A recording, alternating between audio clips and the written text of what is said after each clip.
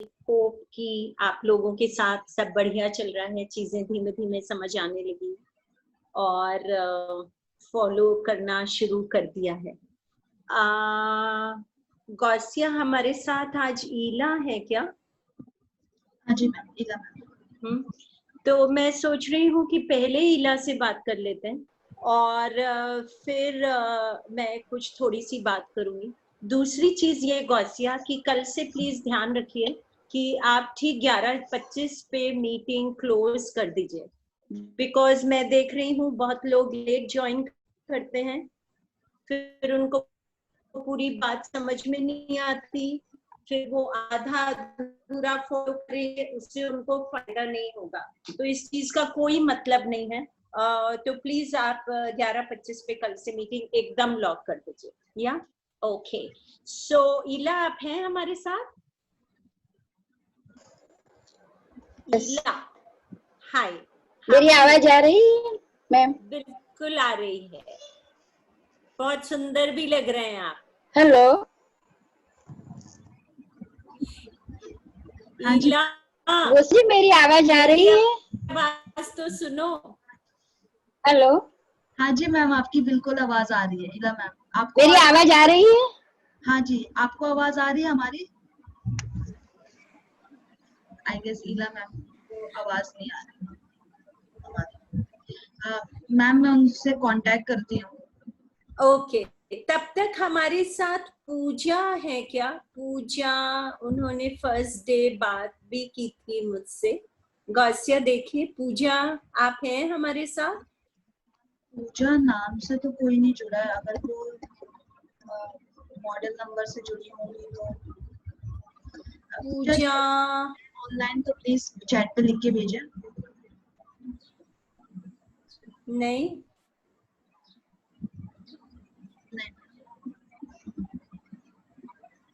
हमारे साथ कोई ट्विंकल कालिया है। 1 मिनट अनम्यूट करिए तो। जी मैम। ट्विंकल जी प्लीज अपना माइक अनम्यूट करें। गुड, नमस्कार ma'am, good morning. Good morning twinkle, आप कहाँ से हैं? मैं दिल्ली से हूँ मैम। लास्ट टाइम भी मेरी बात हुई थी आपसे। ट्विंकल कालिया एम्बुलेंस में थी तब, मैं आपको याद होगा। अच्छा, हाँ हाँ हाँ, ओके ओके। जी मैम, मेरी सर्जरी हो चुकी है और गुड, हाँ। मुझे बहुत अच्छा लग रहा है आप लोगों के साथ जुड़ के, और बहुत सारे पेशेंट्स हैं जिनको मैं आप लोगों के साथ जोड़ूंगी और वो भी जल्दी से ठीक हो पाएंगे। I hope so twinkle, and I hope कि आप हमारा संजीवनी एंजल वाला ग्रुप ज्वाइन कर पाए। बिल्कुल, आई एम इंटरेस्टेड, मैंने मैसेज कर दिया सबसे पहले। वेरी नाइस, बिकॉज उसमें हम आपको स्पेशल ट्रेनिंग देंगे जो आपके लिए भी अच्छी है और आप दूसरों को भी बता पाएंगे। You will come from a position of strength. जी आप बिल्कुल मैम। कुछ ऐसी चीजें मालूम है जो आप शेयर कर सकते हैं, है ना? All right, good good good. I think twinkle आप तो गाना भी गाते हैं, आपने गाया था पिछली बार। हाँ, क्या कह रहे हैं? नहीं मैम, मैं गाना नहीं गाती हूँ मैम। एक्चुअली मेरी देश की पहली महिला एम्बुलेंस चालक हूँ और मुझे राष्ट्रपति जी द्वारा भी सम्मान किया गया है। जी जी, yes, good, very nice, very nice. It is great to meet you. Thank you so much ma'am. Gausiya हमारे साथ निधि यस मैम, आपका नेटवर्क थोड़ा सा हो रहा है, आप एडजस्ट कर लीजिए आराम से। अभी ठीक? हाँ जी, अभी ठीक। हाँ जी ma'am. Nidhi Rathore ji please आप अपना कैमरा ऑन करें एंड माइक अनम्यूट करें। निधि जी,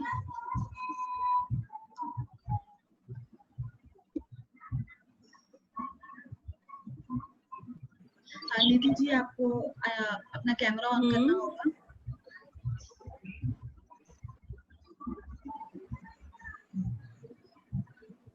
निधि जी आपकी वॉइस नहीं आ रही है। हाँ जी, बोलिए। जी बोलिए, अब आपकी आवाज आ रही है। यस, हाँ जी निधि, आप किधर से हैं? मुंबई से। मुंबई से, ओके। तो आपने ये कोर्स क्यों ज्वाइन किया है? Actually ma'am I am Nidhi, her daughter, she is हंसा। अच्छा, ओके। तो हंसा ने कोर्स क्यों ज्वाइन किया है निधि? सेल्फ कॉन्फिडेंस के लिए मैम, लाइक उनको। वो कैंसर पेशेंट है क्या?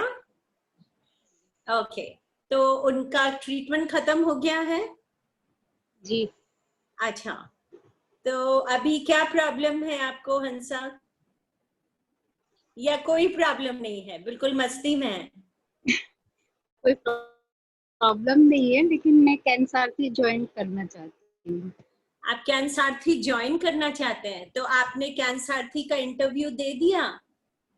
नहीं, इंटरव्यू नहीं हुआ अभी। तो इंटरव्यू अभी तो वो बैच शुरू होने वाला है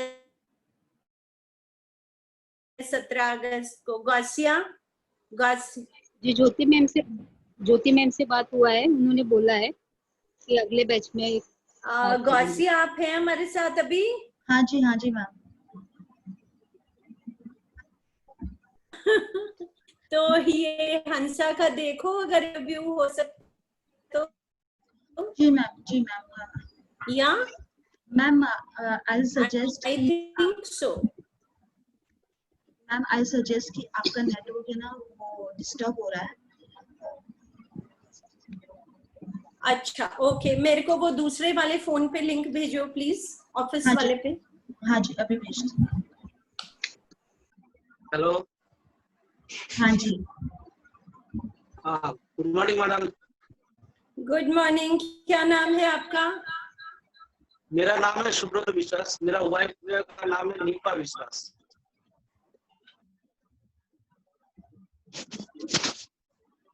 प्लीज एक बार दोबारा बता दीजिए, मेरा थोड़ा नेटवर्क गड़बड़ा गया। हाँ जी। मेरा वाइफ है, मेरा वाइफ का नाम है नीपा विश्वास। अच्छा, ओके। तो उनको हिंदी समझ में आती है? आता है थोड़ा, थोड़ा कम आता है। बोलने में थोड़ा दिक्कत होता है। हाँ हाँ, ओके।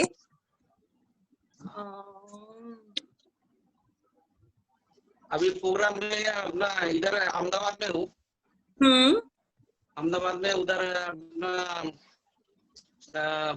अहमदाबाद में हमने इधर दिखा रहा है, तो वहाँ पे अपना संजीवनी की बात हुआ था, अपना उधर मैडम से बात हुआ था। हाँ हाँ, तो फिर वो मैडम ने आपने ज्वाइन करवाया। Okay okay. तो आप पहले दिन से सेशंस अटेंड कर रहे हैं? मैडम पहले दिन से कर रहे हैं। कल बीच में से हम लोग लेफ्ट हो गया था, क्योंकि कल मेरा वाइफ का ये था, वो डॉक्टर देख रहा था, कल आधा देखा था, तो फिर यूट्यूब में हम लोग ये किया था। Okay, alright. तो जो देख रहे हैं उसको ध्यान से समझते रहिए, और नहीं समझ में आ रहा है तो क्वेश्चंस पूछते रहिए। लेकिन सब कुछ फॉलो करेंगे, प्रैक्टिस करेंगे, फायदा तभी होने वाला है, इस चीज को ध्यान में रखिए। कल अभी तक जो आपकी न्यूट्रिशन की क्लासेस हुई हैं, उसमें आपको समझ आ गया है कि हमको दूध, चीनी और ग्लूटेन मींस गेहूं का आटा और नॉन वेजिटेरियन फूड को अवॉइड करना है, बिल्कुल अवॉइड करना है अभी जब तक ट्रीटमेंट हो रहा है, क्योंकि इन सभी चीजों के अंदर इतनी ज्यादा टॉक्सिसिटी है, और ये टॉक्सिसिटी को शरीर में बढ़ा देंगे, जो हमको अभी बिल्कुल नहीं करना। जी मैडम, जी मैडम। और दूसरी चीज आपको समझ में आ गया, सुबह में उठ के आपको काढ़ा जो बताया जॉनिता मैम ने वो पीना है, उसके बाद खजूर खाना है, उसके बाद 12 बजे तक फलों के ऊपर रहना है।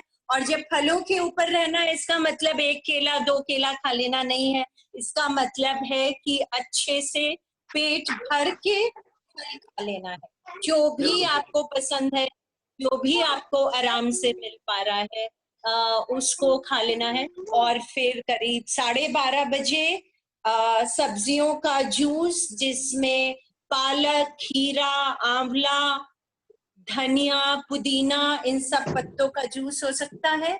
और उन्होंने रेड जूस भी बताया जोनिता मैम ने, जिसमें चुकंदर, टमाटर, गाजर, ये सब चीज हो सकती है।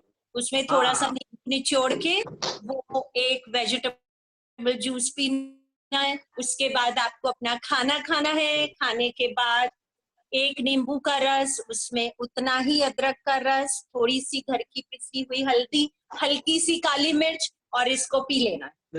और 4-4:30 बजे आपको ड्राई फ्रूट्स मींस नट्स खा लेना है, जो कोई अफोर्ड कर सकता है। जो काजू, बादाम, अखरोट खा सकता है वो खा ले।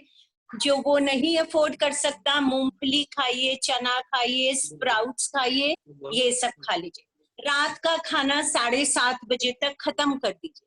और उसके बाद फिर से वही अदरक का रस, नींबू का रस, घर की पिसी हुई हल्दी और उसमें थोड़ी सी काली, इसको से कर लें। ठीक है, ऑल राइट, ओके, गुड। और अपने अंदर जो ऑक्सीजन जा रही है उस पे ध्यान रखना है। कल दिनेश सर ने प्राणायाम की क्लास ली, उसको प्लीज शुरू कर दीजिए एकदम। मैं देख रही कल बहुत सारे लोग बैठ के देख रहे थे, दिनेश सर योगा कर रहे थे। दिनेश सर के योगा करने से आपके शरीर को कोई फायदा नहीं होने वाला है, बिल्कुल भी नहीं होने वाला है। तो इस गलतफहमी में हम लोग नहीं रहे कि दिनेश सर उधर योगा करते रहेंगे और मुझे फायदा मिलता रहेगा, बिल्कुल नहीं मिलेगा। तो प्राणायाम एकदम शुरू कर दीजिए। आसन, जो आसन आप कर सकते हैं उसको करना शुरू करिए। जब आप आसन करते हैं, अपने शरीर को खोलते हैं, तो उसके अंदर जो हमारी वेन्स होती हैं, हमारी आर्टरीज होती हैं, पूरा सिस्टम होता है, वो खुलता है। और फिर जब आप उसके अंदर सांस लेते हैं तो ऑक्सीजन अच्छे से अंदर जाती है। अगर शरीर को खोलेंगे नहीं, ऐसे बंद करके ऐसे बैठे रहेंगे, तो ऑक्सीजन अच्छे से अंदर नहीं जाएगी, ब्लड का सर्कुलेशन प्रॉपरली नहीं होगा, टॉक्सिसिटी बढ़ती रहेगी, कैंसर को संभालने में मुश्किल होगी। तो जो भी यहाँ पे सिखाया जा रहा है, प्लीज प्रैक्टिस करिए। आज जो शांभवी मैम सिखाएंगी, आई होप कि आप कॉपी और पेन लेके बैठे हुए हैं और उसको भी आज ही से फॉलो करना शुरू करिए, ताकि जब शांभवी मैम दोबारा आए आपके पास क्वेश्चंस हो पूछने के लिए कि मैं ऐसा करना चाहता हूं लेकिन मुझे प्रॉब्लम होती है, मैं ऐसा करने की कोशिश कर रही हूं पर मुझसे नहीं हो पा रहा है। ये सब प्रश्न जब तक पूछेंगे नहीं, आपकी जो लर्निंग है वो कंप्लीट नहीं होगी। लर्निंग कंप्लीट नहीं होगी तो फायदा नहीं होगा। तो इस चीज का ध्यान प्लीज रखिए और पार्टिसिपेट करिए, और एक्टिवली पार्टिसिपेट करिए। यहाँ पे जो भी हो रहा है सिर्फ आपके भले के लिए हो रहा है, और अगर आप एक्टिवली पार्टिसिपेट नहीं करेंगे तो उसका क्या फायदा है। मैं रोज आना आके यहाँ पे बक बक बक बक करूं, गौसिया आपको गाने सुनवाए, Shambhavi, Dinesh sir, Jonita ma'am classes ले, उस कैंसर को नहीं पता कि आपने इतना सब देख लिया है दिन में इसलिए मैं भाग जाऊं। नहीं, देखने से नहीं भागेगा कैंसर। जब तक करेंगे नहीं ये सारी चीजें, बिल्कुल नहीं भागेगा। तो प्लीज इस चीज को सीरियसली दिमाग में रखिए कि जो भी हम इतनी कसरत यहाँ पे कर रहे हैं, ये आपके भले के लिए कर रहे हैं। और जो आप कर सकते हैं, पहली बात समय पे ज्वाइन करिए, दूसरी बात सीरियसली समझिए चीजों को, तीसरी क्वेश्चंस पूछिए, और चौथी फॉलो कीजिए। आप लोग रखने वाले हैं ये चीज दिमाग में या नहीं रखने वाले? मुझे बता दो ठीक से, ताकि मुझे पता रहे कि आगे क्या करना है। क्या हो रहा है गौसिया? फॉलो करने वाले हैं या नहीं करने वाले हैं? हाँ मैम, थम्स अप दिख रहा है। थम्स अप दिख रहा है ना? प्लीज करिए, आपके लिए अच्छा है, आपकी सेहत के लिए अच्छा है। कैंसर एक सीरियस बीमारी है, उससे निकलने की कोशिश कर रहे हैं, इसलिए कोशिश भी उतनी ही सीरियस होनी चाहिए। ओके, सो गौसिया हमारे साथ ईला है? हाँ जी ma'am. Ila ma'am please unmute करें। यस मैम, आवाज आ रही है? बिल्कुल आ रही रोसिया है। मैम आवाज आ रही है? हेलो हाँ जी मैम, आ रही है आवाज। हेलो इला मैम, आपको आवाज नहीं आ रही हमारी?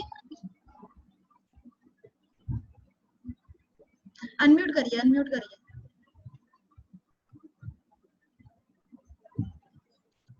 अगर प्रॉब्लम कंटिन्यू करती है गौसिया तो आवाज शाम आ रही है मेरी? जी मैम, आ रही है आपकी आवाज।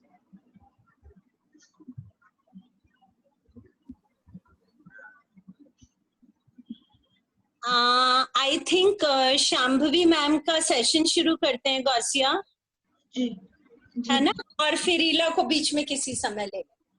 जी मैम। शांभवी मैम,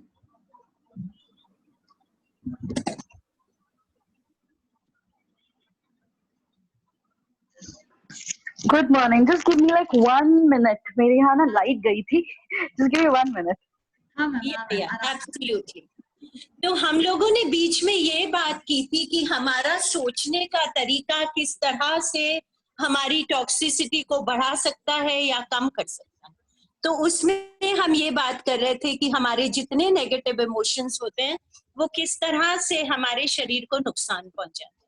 और हमने ये भी बात की थी कि ये जो नेगेटिव इमोशंस हैं हमारे, गुस्से के, दुख के, परेशानी के, एंजाइटी के, इनसे छुटकारा पाने के लिए हमें कुछ एक्सरसाइजेस करनी पड़ेंगी, हमें इनके लिए कुछ करना पड़ेगा, तभी ये हमको छोड़ के जाएंगे। नहीं तो ये नेगेटिव इमोशंस हमको जकड़े रहेंगे और हम कितना भी अच्छा खाना खाएंगे, कुछ भी दवाई लेंगे, उसका फायदा होगा नहीं ठीक से। तो आज जब शांभवी मैम अभी क्लास लेंगी तो वो ये बताएंगी कि हमें अपने नेगेटिव इमोशंस से छुटकारा किस तरह से पाना है।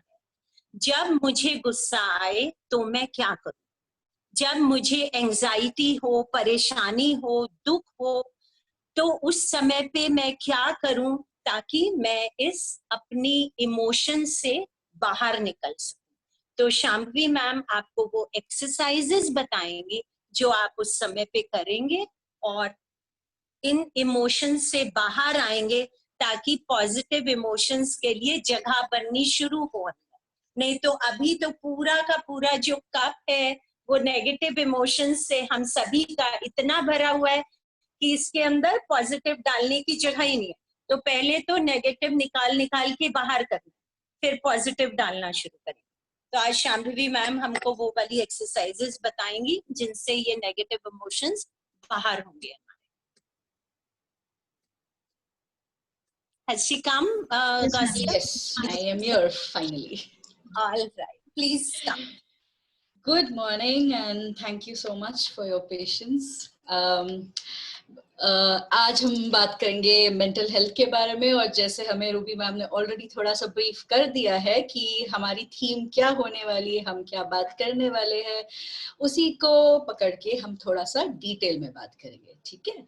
तो क्योंकि हम बात कर रहे हैं मानसिक स्वास्थ्य की, मेंटल हेल्थ की, तो यहाँ पे सबसे जो इम्पोर्टेंट चीज जो होती है मानसिक स्वास्थ्य की वो क्या है? हमारा मन, हमारा माइंड। और ये जो माइंड है, जो ये मन है, ये हमेशा से एक काफी इंटरेस्टिंग विषय रहा है सभी के लिए। तो हमें काफी क्यूरियोसिटी हमेशा से ही रही है कि मन क्या है, कहाँ है। इस पे काफी सारे मूवीज बने हैं, इस पे काफी सारे पिक्चरें बनी हैं, गाने बने हैं, तो हम हमेशा इस शब्द का उपयोग जरूर करते हैं, मन, माइंड।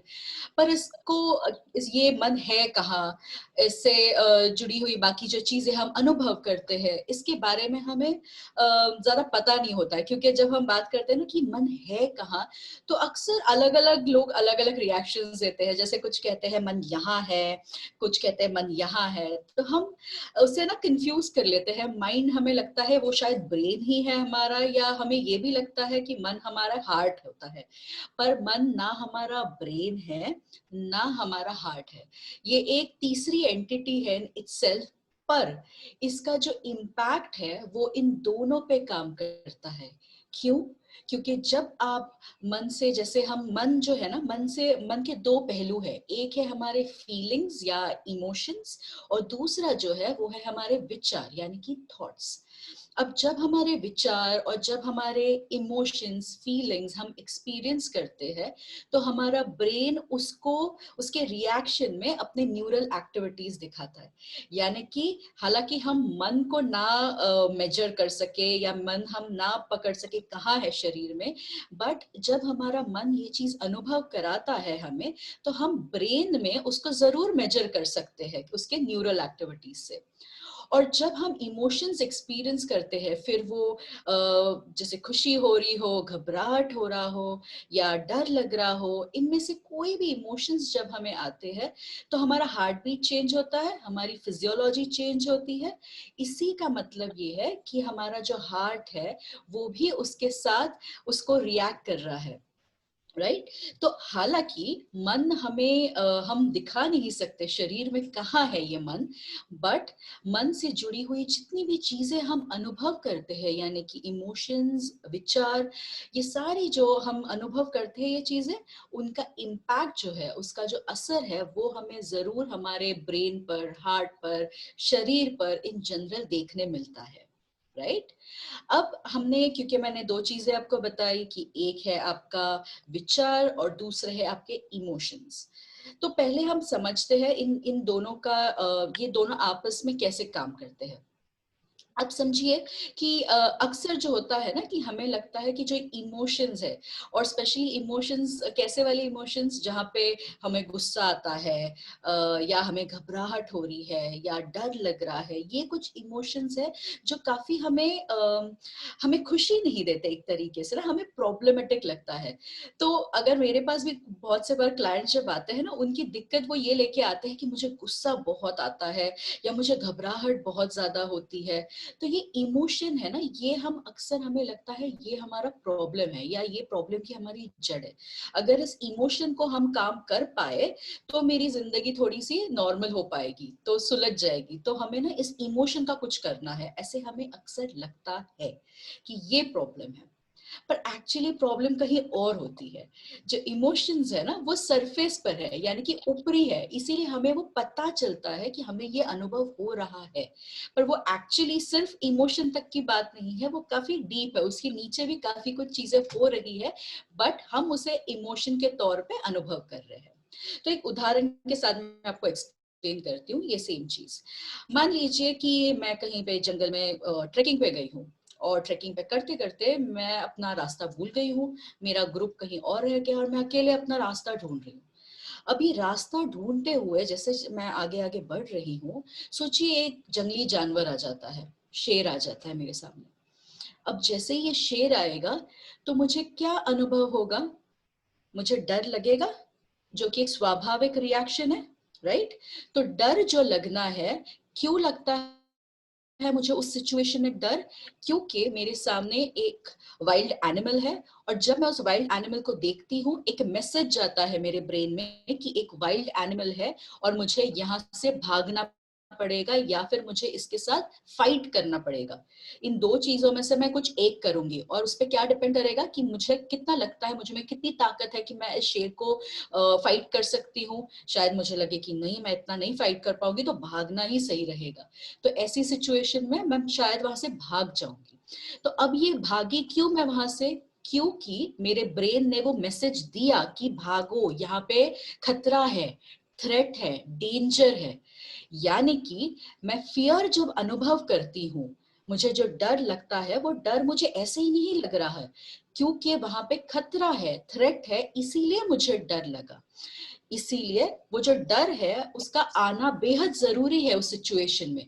अगर मुझे डर नहीं आएगा तो क्या मैं वहां से भागूंगी? नहीं भागूंगी। उससे क्या प्रॉब्लम हो जाएगी? वो शेर मुझे खा जाएगा या मैं इंजर हो जाऊंगी, तो कुछ ना कुछ हो सकता है, राइट? इसीलिए वहां पर फियर का आना बेहद जरूरी है। उसी तरीके से, सेम तरीके से गुस्सा जब आता है तो गुस्सा उस क्षण में, उस मोमेंट में आना भी जरूरी होता है। जेलसी जो हम महसूस करते हैं, हर्ट महसूस करते हैं, ये जितने भी इमोशंस है ना, जज्बात जो हम अनुभव करते हैं, उन सब का एक एक समय पर आना इम्पॉर्टेंट है। और अगर वो नहीं आएगा फिर तो और भी गड़बड़ हो जाएगी, क्योंकि हम सब इंसान है, राइट? ये एक ही तो चीज है, जज्बात ही हमको बाकी चीजों से अलग करते हैं। पेड़ पौधों में जज्बात नहीं है, हम में है, राइट? इसीलिए इम्पोर्टेंट है, इमोशंस बहुत बहुत इम्पोर्टेंट है। पर अब मान लीजिए कि ये घटना जो मैंने आपको अभी एग्जाम्पल के तौर पे बताई कि जंगल में जाते हुए मेरे सामने शेर आ गया, अब मान लीजिए इस घटना को 2 महीने हो चुके हैं, 2 महीने के बाद भी मैं यहाँ पे घर पे बैठी हूँ और बैठे बैठे मुझे डर लगने लगा है। अब मेरे सामने ना कोई शेर है, ना कोई डेंजर है, कोई थ्रेट नहीं है, कुछ नहीं है, पर मुझे बैठे बैठे वो सारे इमोशंस आ रहे हैं। मुझे डर लग रहा है, मुझे फिजियोलॉजिकली सेम रिएक्शंस लग रहे हैं, पैर में झंझना हो रही है, पसीना आ रहा है, ये सब मुझे हो रहा है। हालांकि मेरे सामने कोई वाइल्ड एनिमल नहीं है, ना मैं किसी जंगल में खोई हूँ, मैं अपने घर में सुरक्षित बैठी हुई हूँ, फिर भी मुझे वो इमोशन अनुभव हो रहा है। अब इससे क्या होगा, क्योंकि मुझे ये सारा इमोशन अनुभव हो रहा है, मेरा शरीर एक तरीके से प्रिपेयर हो रहा है, तैयार हो रहा है। किस चीज के लिए? उस सिचुएशन से भाग जाने के लिए। पर क्या वहां पे कुछ ऐसी घटना है जहां से मुझे भागने की जरूरत है? नहीं है। पर मेरे शरीर ने वो सारा कुछ तैयारी कर ली उस चीज के लिए, यानी कि वो सारा जो स्ट्रेंथ चाहिए, वो जो यानी कि जो केमिकल सेक्रीट होते हैं ना उस सिचुएशन में भागने के लिए, वो सारा कुछ तैयार तो हो गया शरीर में, पर अब वो जाएगा कहाँ बाहर? क्योंकि ऐसी तो घटना मेरे साथ हो नहीं रही है जहाँ पे मुझे भागने की जरूरत हो। तो अब क्या हो जाता है, ये जो सारे जो केमिकल्स, हार्मोन्स जो सेक्रीट हुए हैं, जिसे हम अक्सर कहते हैं कॉर्टिसोल्स, ये जो कॉर्टिसोल्स है ये हमारे शरीर से अभी कहाँ नहीं जा रहे हैं? कहीं नहीं जा रहे हैं, ये सब अंदर ही रह रहे हैं, क्योंकि वो सिचुएशन तो वैसी है ही नहीं। पर ये क्यों हुआ, ये सारा कुछ क्यों हुआ? क्योंकि मैंने उसके बारे में सोचा। यानी कि जब जब मैं उस घटना को सोचती हूँ, इवन दो इस घटना को हुए 2 महीने हुए हैं, पर आज जब मैं यहाँ बैठ के उसको सोचती हूँ तो मेरा ब्रेन उसी तरीके से रिएक्ट करता है एज इफ वो सारी चीजें मेरे साथ अभी हो रही है, इस मोमेंट में, इस क्षण में एज इफ मेरे साथ हो रही है। यानी कि हमारा ब्रेन उस चीज को नहीं समझ पाता है कि ये हो चुका है या ये हो रहा है। द मोमेंट आप सोचना शुरू करोगे, आपके ब्रेन के लिए वो चीज अभी हो रही है। और इसी कारण से आप अगर हमें जब लगता है ना कि कोई पिछली बात है जिसको लेके मुझे आज तक गुस्सा है, या मैं आज तक उस इंसान को माफ नहीं कर पा रहा हूँ या कर पा रही हूँ, ये क्यों होता है? क्योंकि हम जब जब उस घटना को सोचते हैं तो हम सारी वो चीजें अपने लिए इस क्षण में ले आते हैं। और आप जैसे ही उसको यहाँ ले आओगे, आपका शरीर एवं आपका जैसे आपका ब्रेन है, आपकी फिजियोलॉजी है, वो सारा कुछ बदलने लगेगा और वो सारा रिएक्ट करेगा उस घटना पर एज इफ वो चीज आपके लिए अभी हो रही है। इसका डिसएडवांटेज क्या है कि जो हम कहते हैं ना कि स्ट्रेस बढ़ गया है, स्ट्रेस आजकल सारे लाइफस्टाइल डिसऑर्डर्स का कारण है। अब ये स्ट्रेस क्या है, हम रोज के जीवन में, हालांकि कोई शेर नहीं आता है, कोई बाढ़ नहीं आती है, ये सब चीजों से हमें भागना और फाइट करने की जरूरत नहीं पड़ती है। तो आज के दिन के वाइल्ड एनिमल्स और नेचुरल डिजास्टर्स कैसे होते हैं? हमें घर का लोन भरना है, EMI है, हमारा कहीं पे एडमिशन करवाना है, अब कोरोना का चल रहा है, कब खत्म होगा, कैंसर की ट्रीटमेंट चल रही है, ये सारी चीजें क्या है, ये एक प्रकार से ये सारे वही है, मतलब ये सारे स्ट्रेसर्स है। इससे हमें स्ट्रेस हम अनुभव करते हैं, पर जरूरी नहीं है कि वो चीज अभी आपके साथ हो रही है। पर आप आगे के बारे में सोच रहे हो और आगे के बारे में सोच के टेंशन ले रहे हो, या फिर जो चीजें हो चुकी है उसके बारे में सोच के टेंशन ले रहे हो। तो यहाँ पे इम्पोर्टेंट क्या है, ये जो टेंशन है वो कहाँ से आ रहा है? बेसिकली वो आ रहा है सिर्फ और सिर्फ आपके थॉट्स से। यानी कि जब जब आप विचार करोगे उस चीज के बारे में, तब तब आप वो स्ट्रेस को अनुभव करोगे एज इफ वो आपके लिए हो रहा है, राइट? तो ये बातें सब सही है, ठीक है कि हमें स्ट्रेस आता है, पर इसका हम करें क्या, ये सबसे इम्पोर्टेंट चीज है। क्योंकि थॉट आना भी थोड़ा सा स्वाभाविक है, क्योंकि इतने सालों से हम करते आ रहे हैं, तो एकदम से हम बोलेंगे कि नहीं बिल्कुल थॉट्स का आना बंद हो जाना चाहिए, तो ऐसा होगा नहीं, इसे टाइम लगेगा। और टाइम भी ऐसा लगेगा कि टाइम लगना, मैं ये कह रही हूँ कि आपके थॉट्स कंप्लीटली बंद नहीं होंगे, पर अगर आप थोड़े से विजिलेंट रहोगे ना, थोड़े से आप ध्यान दोगे कि इस वक्त मुझे क्या अनुभव हो रहा है, इस वक्त मुझे कौन सा इमोशन एक्सपीरियंस हो रहा है, तो इससे आपका ध्यान एग्जैक्टली जाएगा कि आपके विचार कहाँ से आ रहे हैं। तो हमारे दो जो इम्पोर्टेंट इमोशंस है ना, जो हमें प्रॉब्लम क्रिएट करते हैं, ऐसे ये दो इमोशंस है, एक है घबराहट यानी कि एंजाइटी, और दूसरी जो इमोशन है उसे हम कहते हैं एंगर यानी कि डर लगना। अब जो ये नहीं सॉरी, एंगर यानी कि गुस्सा आना। सो ये जो एंगर है, ये एंगर हमेशा पिछली बातों से आता है। हमेशा कोई चीज जो घट चुकी है उसके बारे में जब आप सोचते हो तब आता है एंगर, गुस्सा। और अगर मैं कोई चीज होने वाली है उसके बारे में अगर सोचती हूँ तो मुझे आता है डर, या डर का जो एक्सट्रीम फॉर्म होता है वो है एंजाइटी, घबराहट। तो ये दो क्यूज है आपके लिए, यानी कि ना ये आपके लिए एक हिंट है कि अगर इस वक्त में, इस मोमेंट में मुझे अगर डर लग रहा है या मुझे एंजाइटी हो रही है, यानी कि मेरे विचार कहाँ चल रहे हैं, मेरे विचार आगे चल रहे हैं, फ्यूचर में चल रहे हैं। और अगर मुझे गुस्सा आ रहा है इस मोमेंट में, यानी कि मेरे विचार कहाँ से आ रहे हैं, पास्ट में से आ रहे हैं। तो ऐसे जब सिचुएशन होती है ना, तो हम एक एक्सरसाइज करते हैं जिसे हम कहते हैं टेप रिकॉर्डर एक्सरसाइज। हम जब बचपन में देखा करते थे कि टेप रिकॉर्डर्स हुआ करते थे, अभी लगभग वो एक्सटिंक्ट हो गए हैं पर दिखते हैं कुछ घरों में। तो जो टेप रिकॉर्डर होता था ना, उसमें एक कैसेट जाती थी और उसके ऊपर कुछ कीज होते थे।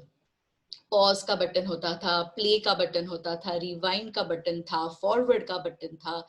तो उस टेप रिकॉर्डर को अपने दिमाग में ना एकदम फिट कर लीजिए कि ये ऐसा स्ट्रक्चर होता है टेप रिकॉर्डर का।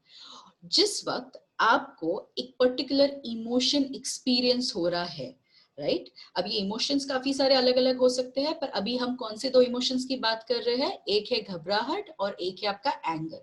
समझिए कि इस मोमेंट में मुझे अगर अनुभव हो रहा है डर या एंजाइटी, यानी कि मेरे थॉट्स कहाँ से आ रहे हैं, मेरे विचार आ रहे हैं फ्यूचर से, आगे से आ रहे हैं। तो ऐसे में मैं क्या करूंगी, मैं इमीडिएटली पॉज का बटन दबाना है, मैंने पॉज दबा के वो जो रील आगे चल रही है उसको रिवाइंड करिए, उसको इस मोमेंट में लेके आइए, प्रेजेंट में लेके आइए। अगर मुझे गुस्सा आ रहा है, यानी कि मेरे थॉट्स कहाँ चल रहे हैं, पास्ट में चल रही है, तो मैंने क्या करना है, मैंने उसको पॉज करना है, उसको फॉरवर्ड करना है, उस कैसेट को इस मोमेंट में लाना है। अगर ये चीज आप करोगे तो आपको पता चलेगा कि जो आपके विचार है इस पे आपका ज्यादा एक तरीके से मैं कहूंगी इसको आप मैनेज कर पाओगे अच्छे से। ये जितनी ये टेक्निक आसान लगती है उतनी है नहीं। इसको जब आप दोबारा दोबारा प्रैक्टिस करोगे तो आपके लिए ये आसान हो जाएगा। तो सबसे पहली चीज जो आपने करनी है कि जब आपको कोई भी बेचैनी सताना शुरू करे ना, कि ये जब भी ये वाले इमोशंस आते हैं ना तो थोड़ा सा ऐसे अच्छा नहीं लगता है, that is the first sign कि मुझे इधर एंजाइटी हो रही है या फिर मुझे गुस्सा आ रहा है। ये दोनों भी इमोशंस में हमें अच्छा नहीं फील होता है। तो जैसे ही आपको पहले पता चले कि हाँ मुझे कुछ हो रहा है, लग रहा है कि मुझे अच्छा नहीं लग रहा है, उस मोमेंट में इमीडिएटली पॉज करिए। पॉज करके समझिए कि इस वक्त आपको क्या विचार आ रहे हैं। क्या ये विचार कोई हो चुकी है घटना उसके बारे में है या कुछ होने वाला है उसके बारे में है। एक बार अगर ये दो चीजें आप कर पाए तो उसमें से आप अपने आप को रिवाइंड करेंगे या फॉरवर्ड करेंगे और इस मोमेंट में लाएंगे। अगर ये आप अगर कर पाए तो आपको उस मोमेंट में जो वो फिजियोलॉजिकली एक्साइटेशन हो जाता है ना शरीर का, क्योंकि हमें वो फाइट और फ्लाइट रिस्पॉन्स में जाना है, यानी कि उस स्ट्रेस से हमें झगड़ना है या फिर उस स्ट्रेस से भागना है, वो इमीडिएटली आपकी सिस्टम जो है वो उसको बंद कर देती है। जिससे क्या होगा, आपके बॉडी में वो जो कॉर्टिसोल्स बन रहे हैं वो बनना बंद हो जाएगा। और ये जो कॉर्टिसोल के हार्मोन्स है इसका इम्पैक्ट आपके इम्यून सिस्टम पे बेहद ज्यादा होता है। जब जब कॉर्टिसोल्स बढ़ेगा आपके शरीर में, आपका इम्यून सिस्टम उतना ही ज्यादा कम होता जाएगा। क्यों? क्योंकि वो अपनी उसको ताकत चाहिए होती है ना, हमें अगर किसी चीज से फाइट करना है या भागना है तो हमें ताकत चाहिए उसके लिए। तो ताकत कहाँ से आएगी? शरीर के बाकी सेल्स में से ही तो आएगी। और अगर वो यूज ही नहीं होने वाली है तो उसका क्या फायदा, यानी कि वो सारा वेस्ट गया। और अगर दिन में हर एक मोमेंट में, एक एक घंटे में अगर मैं अपने आप को उस स्ट्रेस वाले सिचुएशन में डाल रही हूँ, तो समझिए हमारे पूरे दिन में हमारी इम्यूनिटी कितनी नीचे जाएगी। इसीलिए वो जो कॉर्टिसोल लेवल है उसको हम मैनेज करना हमारे हाथ में है। और उसको हम मैनेज कैसे कर सकते हैं, हमारे विचारों से कर सकते हैं। तो जब जब हमारे विचार पास्ट में या फ्यूचर में चल रहे हैं, उसे इमीडिएटली प्रेजेंट में लेके आइए, क्योंकि आप उसको अगर प्रेजेंट में नहीं लेके आएंगे तो उसका इम्पैक्ट आपके इम्यून सिस्टम पे होगा ही होगा लॉन्ग रन में। ठीक है, तो ये है आपकी फर्स्ट एक्सरसाइज, जिसे हम कहते हैं टेप रिकॉर्डर की एक्सरसाइज। और क्योंकि इसको हम विजुअलाइज करने की बात कर रहे हैं, हम कह रहे हैं कि आप ऐसे कल्पना करिए कि आप एक टेप रिकॉर्डर हो और आपके पास ये सारे बटन्स है। ये आप जब ये सुनने में जैसे लगता है कि ये तो क्या है, ये तो फनी लग रहा है सुनने में, पर ये फनी जितना भी हो, आपका ब्रेन अगर आप उसको ये बोलोगे ना कि इसको कल्पना करना है, आपका ब्रेन इसको कल्पना इसको कर सकता है। ये आपकी ना एक पावर है हमारे ब्रेन की, कि आप जो जो उसको कल्पना करने बोलोगे वो सब कुछ कल्पना कर पाता है। बस उसी तरीके से जैसे हम पास्ट वाली चीजों को याद करते हैं ना, विजुअलाइज करते हैं, या फिर जो होने वाला है उसके बारे में जब सोचते हैं, बस उसी तरीके से अगर आप सोचो कि मैं टेप रिकॉर्डर हूं, आपका ब्रेन उसको हाँ में ही लेता है कि हाँ हूं मैं। उधर वो एनालिसिस नहीं आएगा कि अच्छा ये कैसे हो सकता है, ये तो फनी है, वो नहीं है। तो आपका इंटेंट बहुत महत्वपूर्ण है यहाँ पर, कि आपने इस चीज को समझना है कि मुझे टेप रिकॉर्डर ही रहना है इस सिचुएशन में, और मेरे पास उसके बाद सारे कंट्रोल्स रहेंगे कि मैंने पॉज कहाँ करना है, फॉरवर्ड कब करना है, रिवाइंड कब करना है। ओके, तो ये है हमारी फर्स्ट टेक्निक। इसके बाद जो आती है वो है, उसे हम कहते हैं जर्नलिंग। ये हमारी सेकंड टेक्निक है। जर्नलिंग यानी कि हम लिखते हैं, राइटिंग करते हैं। अब समझिए कि जो जर्नलिंग की राइटिंग है वो हमारे रोज के जीवन में, अगर मैं कुछ राइटिंग कर रही हूँ, यानी कि मैं अगर कविताएं लिखती हूँ, मैं आर्टिकल्स लिखती हूँ, या अगर मैं कोई रिसर्चर हूँ, मैं रिसर्च पेपर्स लिखती हूँ, मेरे पढ़ाई से रिलेटेड हो या मेरे काम से रिलेटेड हो, वो सारा लिखना एक तरफ, और जर्नलिंग ये एक अलग एक्टिविटी है। ठीक है, तो अगर आप दिन में शायरी लिखते हो, गाने लिखते हो, तो वो अलग आपकी स्टोरी है, उसको आपने जर्नलिंग के साथ कंफ्यूज नहीं करना है। यानी कि आप कितना भी लिखो चाहे दिन में, बट जर्नल ये एक अलग से ये चीज रहेगी जहां पे आपको लिखना ही लिखना है। जो जर्नल है ये आप एक किताब ले सकते हो जो कि नोटबुक है, नोटबुक एक जर्नल की तरह यूज कर सकते हो।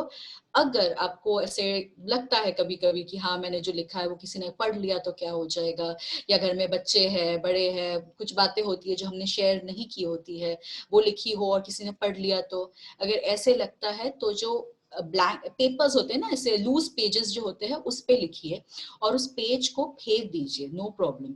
हमने इस एक्टिविटी को करने का सिर्फ एक ही कारण है कि जो जो ये विचार है ना, जो हमें सताते रहते हैं, जिसपे हमने काम नहीं किया है इतने सालों से, और काम नहीं किया है इसीलिए वो दोबारा दोबारा आते रहते हैं, क्योंकि वो इधर ही है, वो टेप रिकॉर्डर जो है ना वो चलती रहती है चलती रहती है, उसको निकाला ही नहीं आज तक। तो वो टेप में से वो कैसेट जो है ना उसे हमें निकालना है, और उसको अगर निकालना है इसी से, इसका हमें क्या करना पड़ेगा, उसके लिए हमें उसको लिखना पड़ेगा। तो हम जब उसको लिखते हैं, राइटिंग करते हैं, एक प्रकार से वो सारी चीजें बाहर निकलती है। ऑल्सो क्योंकि आप जब लिख रहे हो, पढ़ भी रहे हो, तो आपका विजुअल जो होता है, विजुअल क्यूज मिलते हैं आपको कि वो चीज सारी बाहर गई है, और उसका एक इम्पैक्ट अलग पड़ता है आपके ऊपर। इसीलिए मैं ये नहीं एनकरेज करती, जैसे कुछ लोग कहते हैं कि मैं अपने आप से बात कर लेता हूँ या कर लेती हूँ ना, तो मुझे अच्छा लगता है थोड़े टाइम के लिए, तो वो चीज अलग है, अपने आप से बात करना। लिखना ये एक अलग एक्टिविटी है, इसीलिए लिखना आपको लिखना ही पड़ेगा। अनलेस अगर आपके डोमिनेंट हैंड में कोई प्रॉब्लम है, यानी कि अगर मैं राइटी हूँ और मेरे राइट हैंड में कोई प्रॉब्लम है, एम्प्यूटेशन हुआ है, अगर इस प्रकार की कोई दिक्कत है, इन दैट केस आप मोबाइल में रिकॉर्ड कर सकते हो, पर वो ऑप्शन सिर्फ और सिर्फ तभी यूज करिएगा अगर आपके हाथ में कोई प्रॉब्लम हो। अगर हाथ में कोई प्रॉब्लम नहीं है तो प्लीज लिखिए, क्योंकि लिखने का जो इम्पैक्ट होता है वो बहुत ही अलग होता है और वो बहुत ही इफेक्टिव रहता है। ठीक है, अब जब हम लिखने का ये एक्सरसाइज जो है, जर्नलिंग की जो एक्सरसाइज है, इसको प्रेफरेबली दिन में किसी एक समय पे करिएगा। यानी कि कभी सुबह लिख लिया, कभी दोपहर को लिख लिया, ऐसे मत करिए। एक टाइम फिक्स करिए कि शाम को अगर मुझे लिखना है तो मुझे 8 बजे लिखना है या मुझे 9 बजे लिखना है। ऐसी कोई फिक्स टाइम बना लीजिए अपने लिए जिस समय पर आप लिखेंगे ही लिखेंगे। That is one. सेकेंडली, आप ना एक टाइमर लगाइए। टाइमर यानी कि 20 मिनट 30 मिनट का एक टाइमर लगाइए, अलार्म लगाइए। जैसे ही ये 20 या 30 मिनट खत्म हो जाए, आप जो लिख रहे हो उस एक्टिविटी को आपने बंद कर देना है। ये क्यों करना है? क्योंकि अदरवाइज क्या हो जाता है, हम लिखने लग तो जाते हैं, फिर हम सदियों की सब बातें लिखते जाते हैं और फिर उसी में ही उलझ भी जाते हैं काफी बार। तो वो ना हो इसीलिए हम टाइमर लगा रहे हैं। क्योंकि जैसे आपको याद हो, एग्जाम जब हम देते थे बचपन में स्कूल में, तो कैसे होता था, टाइम होता था ना हर एक चीज का। तो टाइम जब होता था तो जो इम्पोर्टेंट है वो फटाफट फटाफट पहले बाहर आता है। That is exactly how journaling should happen, कि अगर आप टाइमर लगाओ तो जिस चीज को अभी के लिए सबसे ज्यादा इंपॉर्टेंस चाहिए, जिस चीज को बाहर निकलने की जरूरत है, वो सबसे पहले बाहर आएगा। ओके तो इस प्रकार से इसको रोज करना है आपने। यानी कि ये नहीं है कि आज मेरा दिन खराब गया तो मैंने लिख दिया, कल मेरा दिन अच्छा गया था या मैं बहुत बिजी था तो मैंने नहीं लिखा, ये नहीं चलेगा। अगर आप लिख रहे हो तो आज से अगर शुरू कर रहे हो तो आगे के 90 दिन 90 डेज यानी कि 3 महीने, लगभग 3 महीने जब आप इसको रोज करते रहोगे, तब जाके आपको थोड़ा बहुत चेंजेस आपकी जिंदगी में आना आपको फील होगा कि अच्छा हाँ मेरी जिंदगी में कुछ कुछ बदलाव आ रहे हैं। उसके लिए आपको बिना रुके, बिना मतलब एक भी दिन ना स्किप किए, आपको 90 दिन लिखना बेहद ज्यादा जरूरी है इस वक्त। ठीक है, तो जब आप ये वाली एक्सरसाइज, जर्नलिंग वाली एक्सरसाइज करेंगे 90 दिन तक, तब जाके आपको जो अनुभव आएंगे वो आप हमारे साथ जरूर शेयर करिएगा। और तब जाके अगर लगता है कि और भी कुछ है तो हम बात कर सकते हैं उस बारे में। पर इसको जरूर करिए, कि ये नहीं है कि 2-3 दिन किया और फिर आप मुझे बोलो कि कुछ हो नहीं रहा है, तो कुछ नहीं होगा। क्योंकि ये जो सब कचरा भरा रखा है ना इतने विचारों का, वो इतने सालों से रखा है। 2-3 दिन का तो कचरा है नहीं है, अभी इतने साल का है, 30-40 साल का जो इतना इकट्ठा कर रखा है, उसको जाने को थोड़ा सा समय दीजिए, एकदम से वो नहीं जाएगा। और जैसे जैसे आप ये प्रक्रिया करते रहेंगे तो आपको भी अनुभव आने लगेगा कि दिन में अगर मैं समझ लीजिए 10-20 बार एक चीज के बारे में सोच रही थी, या वो सोच के मुझे गुस्सा आ रहा था, तो 10-20 का एटलीस्ट 5 पर आ गया है। तो यानी कि वो धीरे धीरे कम होगा, ग्रेजुअली कम होगा, एकदम से बंद नहीं होगा। ओके तो ये 2 चीजें आपने करनी है। पहली है टेप रिकॉर्डर वाली एक्सरसाइज और दूसरी है जर्नलिंग वाली एक्सरसाइज, जो कि बेहद जरूरी है और काफी इफेक्टिव है। ऑलराइट, तो इसके साथ हम, अगर कोई सवाल हो आपके तो हम लेंगे। और सवाल प्लीज सिर्फ मेंटल हेल्थ से जुड़े हुए, यानी कि मानसिक स्वास्थ्य से रिलेटेड, मन से जुड़े हुए अगर कोई सवाल हो तो पूछिए, वही मैं जवाब आपको दे पाऊंगी। ठीक है गौसिया जी, over to you. Ji ma'am, जैसे कि मैम ने आपको समझाया है आज, जो भी एक्सरसाइज वो आप जरूर से करें। और अगर आपको कोई भी सवाल है मैम से तो प्लीज हाथ उठाए अपना, ताकि मैं आपको अनम्यूट कर सकूं। मानसिक स्वास्थ्य को लेके अगर आपको कोई भी सवाल है तो आप पूछ सकते हैं। कोई भी परेशानी है जो कोई भी बात है जो आपको परेशान कर रही है, अगर उसके लिए भी आप चाहते हो तो आप पूछ सकते हो।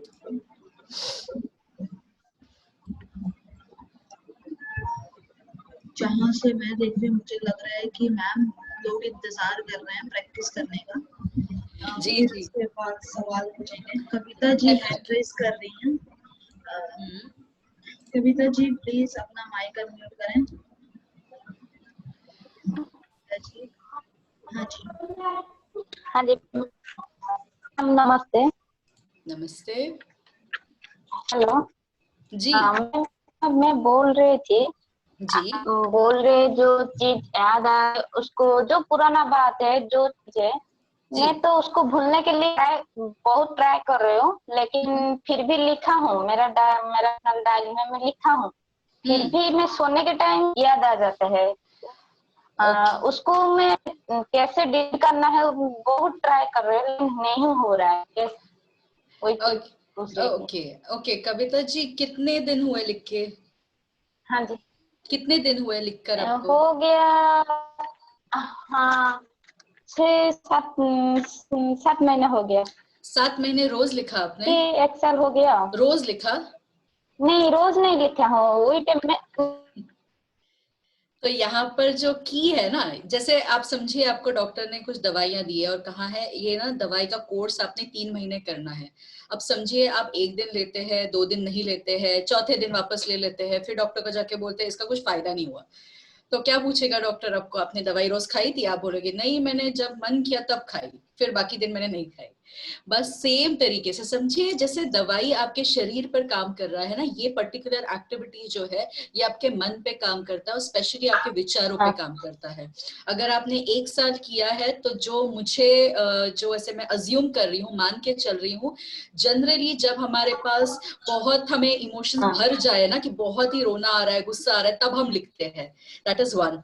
या फिर मुझे जिस दिन अगर खाली टाइम मिल रहा है तब मैं लिख लेती हूँ कि आज चलो कुछ नहीं करने को मिल रहा तो लिख ही लेते हैं, ये होता है अक्सर। तो हमने क्या करना है, हमने इसको रोज लिखना है, क्योंकि और मैं आपको इसीलिए इस चीज पर मैं जोर डाल रही हूँ कि रोज लिखना है, क्योंकि आप जब रोज लिखोगे तब जाके आपकी ब्रेन की जो एक्टिविटीज है इसमें बदलाव आएगा, इसके जो रास्ते हैं न्यूरो पाथवेज इसमें बदलाव आएगा। तो न्यूरो पाथवेज के बारे में मैं अगले सेशंस में ज्यादा डिटेल में बात करूंगी, पर अभी के लिए ये समझिए कि जब आप इस चीज को शुरू करोगे और इसको रोज करोगे तब जाके उसमें बदलाव आना शुरू होगा, जो आपको अनुभव हो रहा है, जो आप मुझे कह रहे हो कि सोने से पहले वो सारे विचार आ रहे हैं, तो हो सके तो सोने से पहले ये जो राइटिंग वाली एक्टिविटी है ना उसको टाइम करिए। यानी कि सोते अपनी आप जहाँ पे सोते हो, लेटे हो, आपका जहाँ पे कुशन है ना, पिल्लो है, वहीं पे आपकी डायरी रख दीजिए। सोने से पहले मैंने लिखना है, इसको बंद करना है और सो जाना है। देखिए इससे कुछ बदलाव आता है क्या, ठीक है? पर अगर आज से शुरू कर रहे हो तो अगले 3 महीने रोज करिएगा, बिना एक भी दिन। अच्छा, हाँ ठीक है, थैंक यू कविता जी। ठीक है, हाँ ठीक है, थैंक यू, वेलकम। हाँ थैंक यू। मैम हमारा जो नेक्स्ट क्वेश्चन है चैट पे लिखा जा रहा है कि जी, write down all things which triggers anger and fear, should we elaborate और just a pointer? Okay. Kavita ji जो हमें पूछ रहे हैं कि हमने क्या क्या लिखना है, क्या हमें सिर्फ जिन चीजों से गुस्सा आता है या डर लगता है वही चीजें लिखनी है या पॉइंट में लिखना है, कैसे लिखना है? ऑलराइट, तो कविता जी ये ऐसा है कि आपके मन में उस मोमेंट में जो जो विचार आते हैं आप सब कुछ लिखोगे। So we call it free floating thoughts, यानी कि जो एकदम फ्री में फ्लोट कर रहे हो ना, तैर रहे हैं, ऐसे वाले विचार आपको लिखने होते हैं। तो आपको पर्टिकुलरली मुझे किस चीज से गुस्सा आता है उसके बारे में नहीं लिखोगे। अगर मैं अभी बैठती हूँ मेरी डायरी लिखने के लिए तो मैं डायरी खोलूंगी और इस क्षण में मुझे जो जो याद आ रहा है मैं लिखना शुरू करूंगी। मैं ये भी लिख सकती हूँ कि अच्छा मुझे अभी खाने में क्या बनाना है, आज मैंने ये रेसिपी देखी थी वहां से ये बनाऊंगी आज, तो ये बनाना है, तो ये सब्जियां भी तो लानी है, कि अरे वो सब्जी वाले से याद आया उसके पास तो मेरे ये पैसे भी पड़े थे, पैसे से याद आया अरे बैंक भी चेक करना है। अब क्या होता है, ये फ्री फ्लोटिंग से ना एक विचार आपको दूसरे विचार को लेके जाता है। इसीलिए आप ना सोच के मत बैठिए कि आज मुझे ये लिखना है। इनफैक्ट ये बहुत बार हो भी जाता है कि मैं सुबह उठ के ये सोचती हूँ कि आज मुझे इस बारे में लिखना जरूर है, पर जब मैं लिखने बैठ जाऊं ना तो मैं वो छोड़ के बाकी सारी बातें कर लेती हूँ। यानी कि उस मोमेंट में उस विचार का उतना ज्यादा महत्व नहीं था, ये जो बाकी चीजों का बाहर निकलना था ना वो ज्यादा इंपॉर्टेंट था। तो जब हम लिखते हैं हम प्रॉपर सेंटेंस में लिखते हैं, यानी कि समझिए ये डायरी जो है ना, ऐसे मान लीजिए ये एक इंसान है, ये एक आपका एक सहेली है, एक दोस्त है जिससे आप बात कर रहे हो, तो आप कैसे बात करोगे उस प्रकार से लिखना है। तो यानी कि हम पॉइंटर्स नहीं लिखते हैं, हम पूरा पूरा पूरा सेंटेंस लिखते हैं, पूरा पैराज में लिखते हैं और इसको टाइम के साथ करना है। सो 20 मिनट्स का अगर टाइमर है तो 20 मिनट जैसे ही हो जाए बस अपने डायरी को बोल दीजिए, अगर रात को लिख रहे हो तो गुड नाइट बोल दीजिए, कल मिलेंगे दोबारा ये बोल दीजिए, नो प्रॉब्लम। चाहो तो अपने डायरी को नाम दे दो, अगर उससे और पर्सनलाइज लग रहा हो तो वो दोस्त और दोस्त जैसा लगने लगेगा, नाम दे दीजिए अपने डायरी को। तो ये कुछ चीजें होती है ना जिससे हमारा एक पर्सनल कनेक्ट बनना शुरू हो जाता है, जिससे कि आप रोज वेट करोगे कि किस वक्त मैं जाऊं और मेरी डायरी के साथ बात करूं या मैं ये चीजें निकालूं जो कचरा चल रहा है मन में। तो इन चीजों का काफी ज्यादा फायदा होता है। तो I hope Kavita ji I have answered your question there. Thank you so much ma'am. Yes कसिया जी। और किसी को कोई सवाल है मैम से?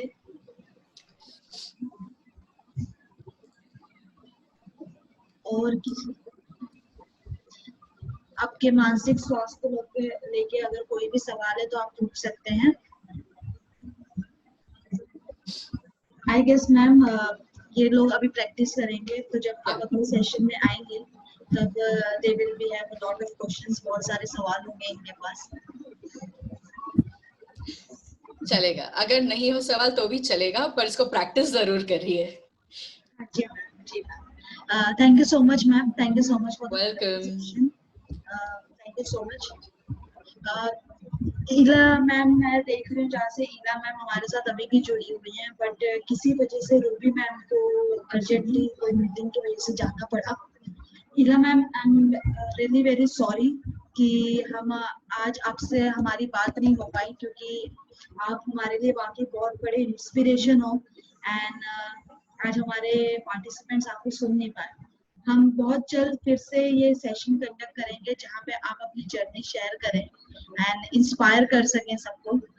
Thank you so much ma'am हमारे साथ जुड़ने के लिए, बट नेटवर्क के प्रॉब्लम की वजह से आज हम आपको सुन नहीं पाए। हम जल्द ही इला मैम को वापस से लेके आएंगे, एंड जब आप उनकी बातें सुनेंगे तो आप बहुत ज्यादा इंस्पायर हो जाएंगे। एंड बहुत एडवेंचरस है मैम, एंड उनकी आज भी जब वो बात करती है तो उनको सुन के बहुत अच्छा लगता है।